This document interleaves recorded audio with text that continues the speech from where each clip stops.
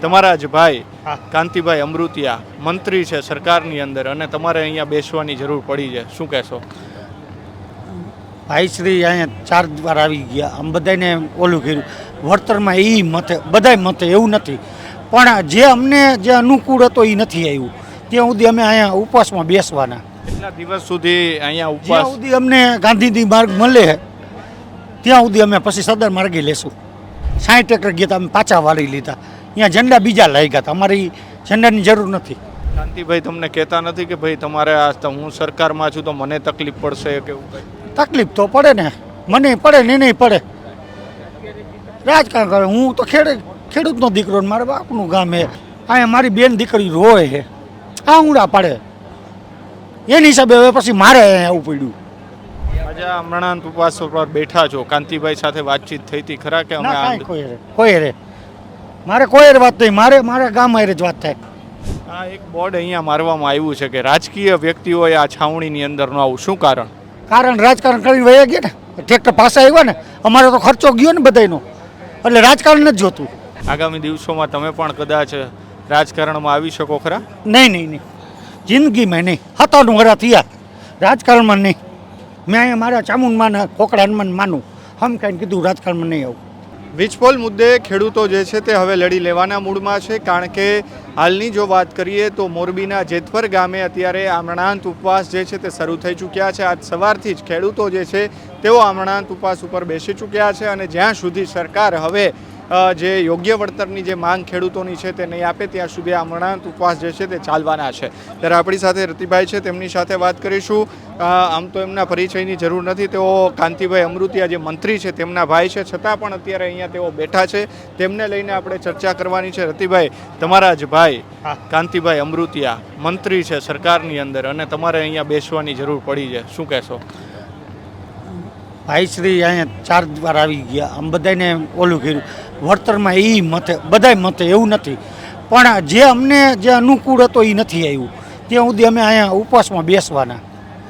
કેટલા લોકો આજે આ ઉપવાસ ઉપર બેઠા છો? આજ અમે 5 બેઠા, 5 બાપુને બધા મુહૂર્ત 5 જણાનું કર્યું, પછી હરવેર ઘણા લોકો થશે. કેટલા દિવસ સુધી અહીંયા ઉપવાસ? જ્યાં સુધી અમને ગાંધીજી માર્ગ મળે ત્યાં સુધી અમે પછી સદર માર્ગે લેશું. હમણાં ટ્રેક્ટર રેલીનું પણ એક આયોજન હતું. આ રેલીની અંદર ક્યાંક ને ક્યાંક જે ખેડૂતોને ન્યાય મળવો જોઈએ તો ગાંધીનગર જવાની વાત હતી. લાગે છે કે આ ત્યાં જે ન્યાય મળવો જોઈએ ન્યાય ત્યાં મળ્યો નથી. એ ન્યાય મેં અમારા અહીંયાથી 60 ટ્રેક્ટર ગયા હતા ને, આપણે 60 ટ્રેક્ટર ગયા હતા, અમે પાછા વાળી લીધા. અહીંયા ઝંડા બીજા લઈ ગયા હતા, અમારી ઝંડાની જરૂર નથી. અમારે અહીંયા ખેડૂત માટે જ તમામ ગુજરાત ખેડૂત આવે અને ખેડૂત માટે લડાઈ કરવાની, અમારે કોઈ પક્ષ ઓલું નથી કરવાનું. ભાઈ, તમારે કાંતિભાઈ સાથે આ મુદ્દે વાતચીત થઈ રહી છે, કારણ કે તેઓ જેતપર પણ આવ્યા હતા, તેમણે જેતપર તો તેમનું ગામ પણ છે, તો આ નિરાકરણ શા માટે નથી આવી રહ્યું? શું કારણ? સરકારને ક્યાં અટકી રહ્યું છે?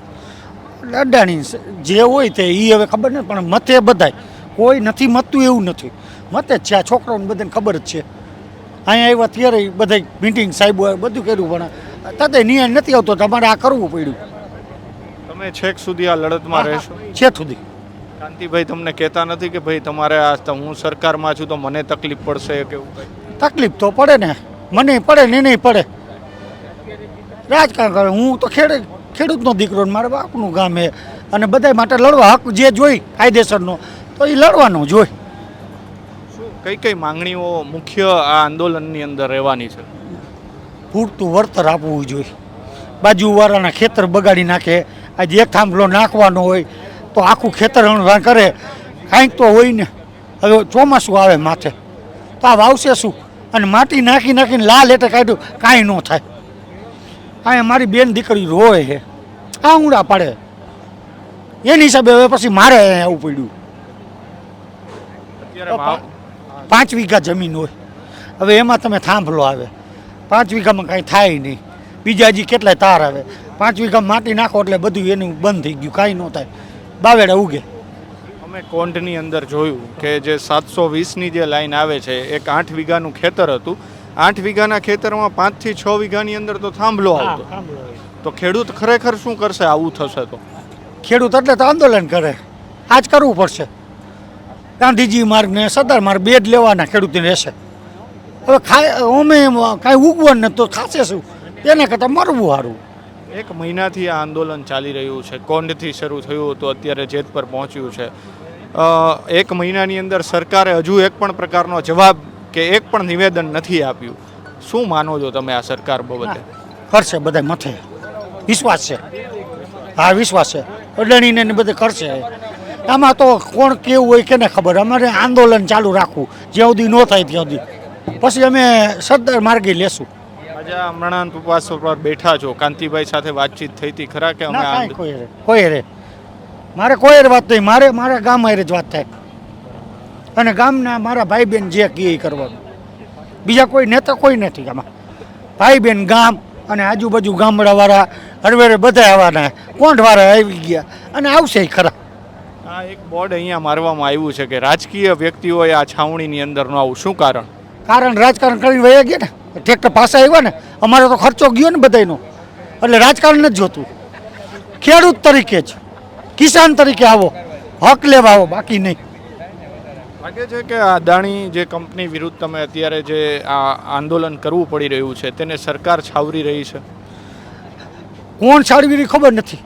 સરકારનો જ મુદ્દો છે. આ તો બે સરકાર ભેગી હોય તો સરકાર કંઈક નિર્ણય લાવવો જ જોશે ને, એટલે તો બેઠા.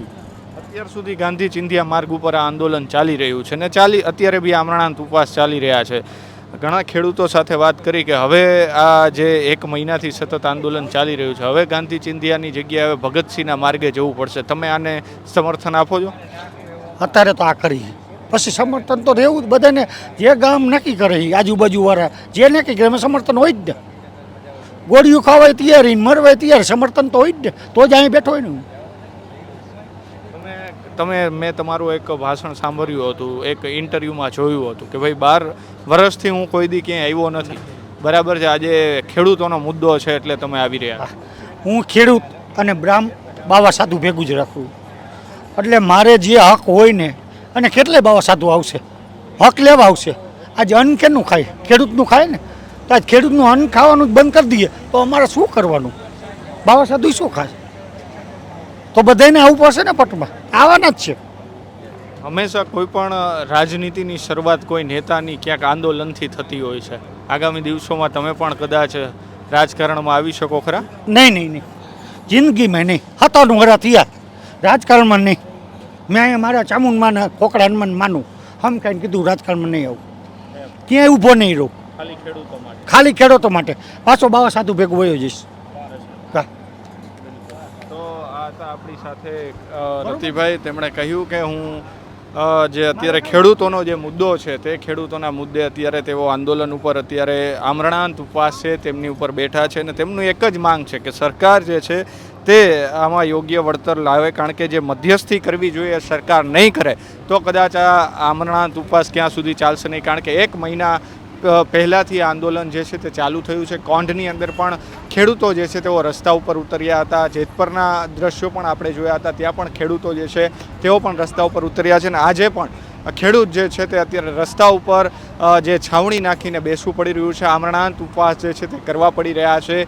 જ્યાં સુધી આ મુદ્દો જે ખેડૂતોનો મુદ્દો રાજ્યની અંદર ચાલી રહ્યો છે ત્યારે સરકારના જીતુ વાઘાણી છે ગઈકાલે ગોંડલમાં હતા, તેમણે એક નિવેદન આપ્યું કે અમે આ મુદ્દે ગંભીરતાથી ચર્ચા કરી રહ્યા છીએ, પરંતુ ચર્ચાનો જવાબ ખેડૂતોને ક્યારે મળશે, ચર્ચાનો યોગ્ય વળતર ખેડૂતોને ક્યારે મળશે? આજે અત્યારે વીજ લાઇન જે નાખવામાં આવી રહી છે, અત્યારે આ વીજ લાઇનનું કામ ચાલી જ રહ્યું છે, બંધ કરવામાં નથી આવ્યું, પરંતુ ખેડૂતો સતત એક જ માંગ કરી રહ્યા છે કે જો આવનાર દિવસોની અંદર આ યોગ્ય વળતર નહીં મળે તો હવે કદાચ ગાંધીજીની જગ્યાએ ભગતસિંહના માર્ગે પણ તેઓ ચાલવાના છે. કેમેરા પર્સન કેવિન નિમાવત સાથે મયુર સરવૈયા, સ્વરાજ મીડિયા, મોરબી.